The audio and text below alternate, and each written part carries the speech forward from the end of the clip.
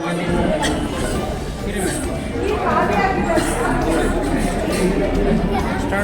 ನನ್ನ ಹೆಸರು ರೋಸ್ ಅಂತ. ನಾನು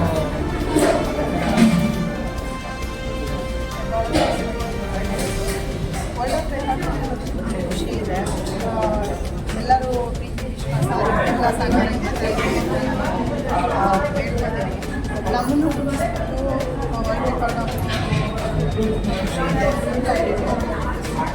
ತುಂಬ ಆಭಾರಿಯಾಗಿದ್ದೀವಿ. ಎಲ್ಲರಿಗೂ ದೊಡ್ಡವರ ಆಶೀರ್ವಾದ ಎಲ್ಲ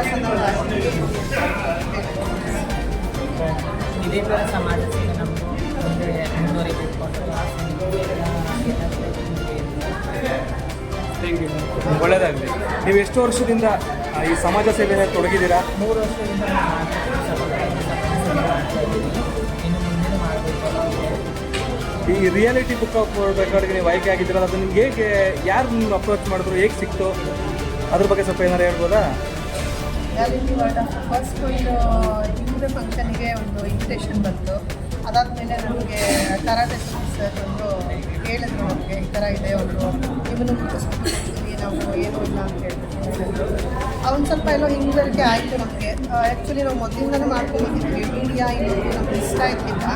ಇಲ್ಲ ಆ ಥರ ಏನಿಲ್ಲ, ಪರವಾಗಿಲ್ಲ ಮಾಡಿ, ನೀವು ಮಾಡೋದನ್ನು ಮುಗಿಸ್ಬೇಕಲ್ವ. ಈಗ ನಮ್ಮ ಕಮ್ಯುನಿಟಿ ಅಂತ ಬಂದರೆ ತುಂಬ ಜನ ಬೇರೆ ಬೇರೆ ಥರನೇ ಥಿಂಕ್ ಮಾಡೋದು ಸಹಜವಾಗದು ನಡೆದೇ ನಡೆಯುತ್ತೆ. ಸೊ ನಮ್ಮಲ್ಲೂ ಈ ಥರದ್ದು ಒಂದು ಒಳ್ಳೆ ಕೆಲಸಗಳನ್ನ ಮಾಡ್ತೀವಿ ಅನ್ನೋದು ಗುರುತಿಸ್ಬೇಕು. ಎಲ್ಲರೂ ಒಂದೇ ಥರ ಇರಲ್ಲ ಅನ್ನೋದು ನಮ್ಮದೇ ಒಂದು ಆಶಯ ಅಷ್ಟೇ. ಇವರು ಫಸ್ಟ್ ಶುರು ಮಾಡಿದ್ರು 2 ಇಯರ್ಸ್ ಬ್ಯಾಕಿಂದ ಶುರು ಮಾಡಿದ್ರು.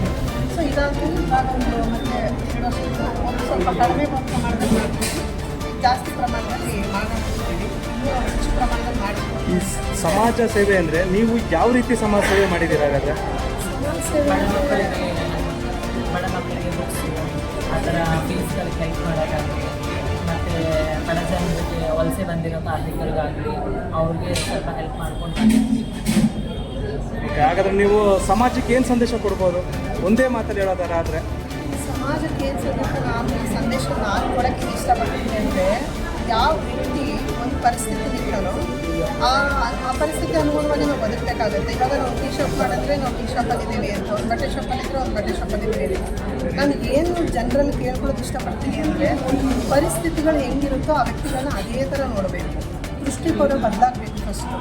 ನಾನು ಅದರಿಂದನೇ ನಾನು ತುಂಬ ಕೆಲವೊಂದು ಕೆಲಸಗಳಲ್ಲಿ ನಾನು ತುಂಬ ಹಿಂಜರಿತೀನಿ,